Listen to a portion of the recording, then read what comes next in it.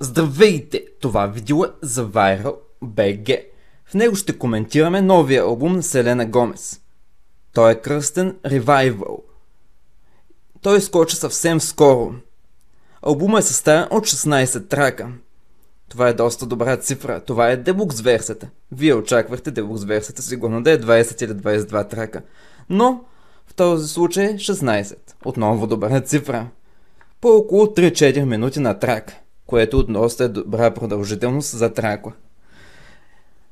Едно нещо, което ни направи впечатление във всичките тракове, че просто бяха много тъжни. Това не е като албума от 2013, където имаше клубни тракове от сорта Come and Get It, Slow Down, Birthday и други. Тук просто като че ли липсват. Като че ли са ги премахнали от плейлиста. Но все пак лириката е доста добра. Може би искат да впечатлят наградите Грами. Може би това е целта и на Селена Гомес, и на продуцентите на самия албум. Да спечелят награда Грами за най-добър албум. За албум на годината. Именно за това и албума е пуснат есента.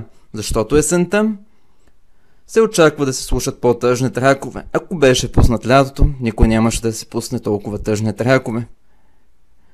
Но една песен, която направи доста голямо впечатление, е песента Same Old Love. Доста тъжна песен, тъжна и лирична, също и мелодична, с много добър текст. Но за кого се отнася тази песен? Можете ли да познаете? Не можете. Ще ви дам 3 секунди. 3, 2, 1. Ще ви кажем за Джастин Бибър. Именно за него. Вярно, никъде не се споменава в лириката неговото име. Но все пак това не е Еминем, това е Селена Гомес. Еминем редовно споменава имена, като жена си, Марая Кери и така нататък. Но Селена Гомес не споменава имена в своята лирика. Така е решено и така е направено. Също така и така е записан трака. Трака е доста добър, препоръчваме ви го.